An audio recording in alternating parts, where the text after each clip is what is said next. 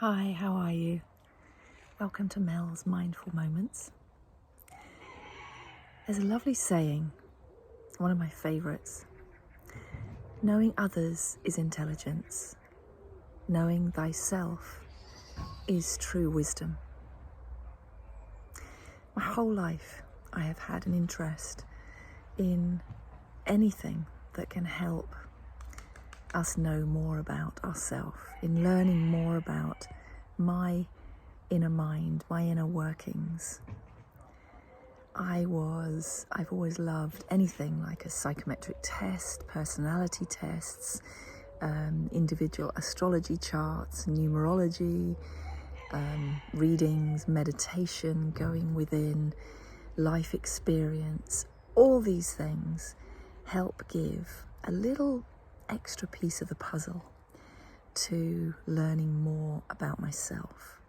And you're always free to look at these things and judge them and make a decision as to, does that sound accurate about me or what isn't, etc., etc. It helps you look at your blind spots, and it helps, for me, lead to self-improvement and self-knowledge.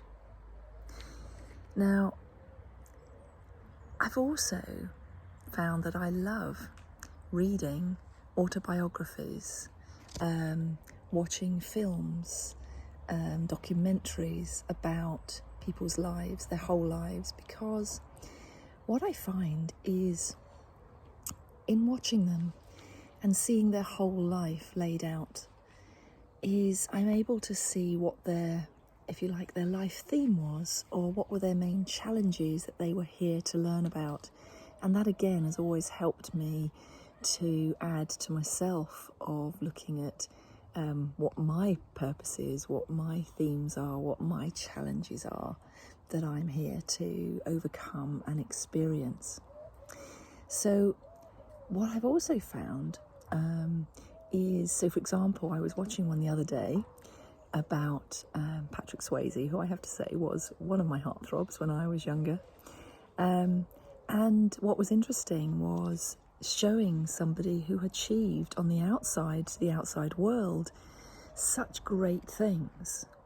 And yet it turns out he was plagued by self-doubt, his inner demons of feeling not worthy, not good enough.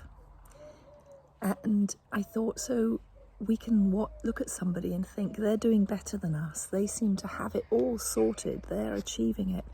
But until we look at what it is they're here to learn, you can just see that on the outside it might look better. It might look bigger and brighter and flashier.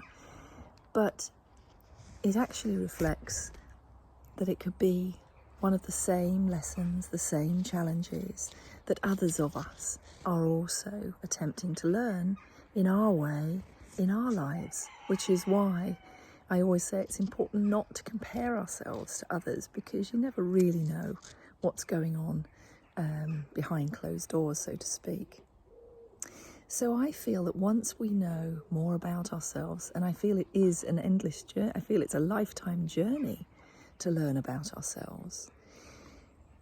But, for example, I feel that what was shown in his life was, they talked about his perfectionism. So he strove very much to always have everything perfect. And there's a lesson of perfectionism that I talk to a lot of people about, that you can decide whether you sit. Perfectionism is often seen as a negative trait compared to striving for excellence, which is also about setting high standards. Learning how not to be a perfectionist doesn't mean you drop your standards. The difference for me is, if you're living out perfectionism, then you never really praise yourself. You only criticize. It's never good enough. It's always, you'll always see the downside. You rarely celebrate your successes. Whereas striving for excellence means you've still got the same standards, you've still got the same goals, you've still got the same mountains you wish to climb.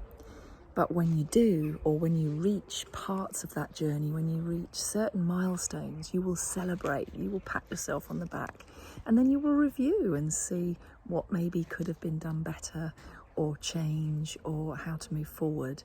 And that, I've always found, is the big difference.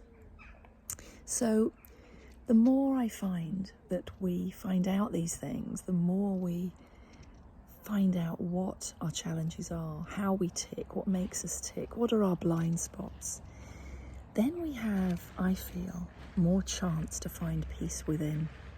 And there's a lovely piece of spiritual teaching that says, when we find peace within, we then can find peace in the home. And when we have peace in the home, we then can have peace in the villages.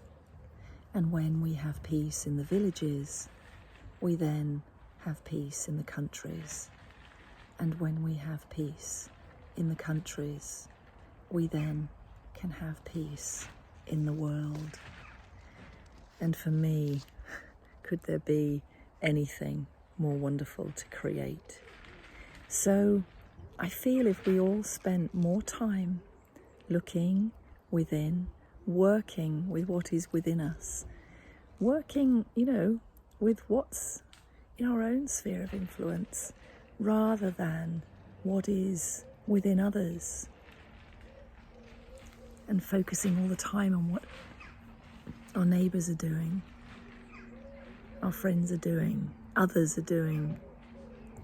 Let's look within, look in the mirror, learn about us, learn to like it, change it, adapt it, whatever we decide. Then I feel we could really change the world. So with that, I wish you a wonderful day, and I will see you soon. Bye.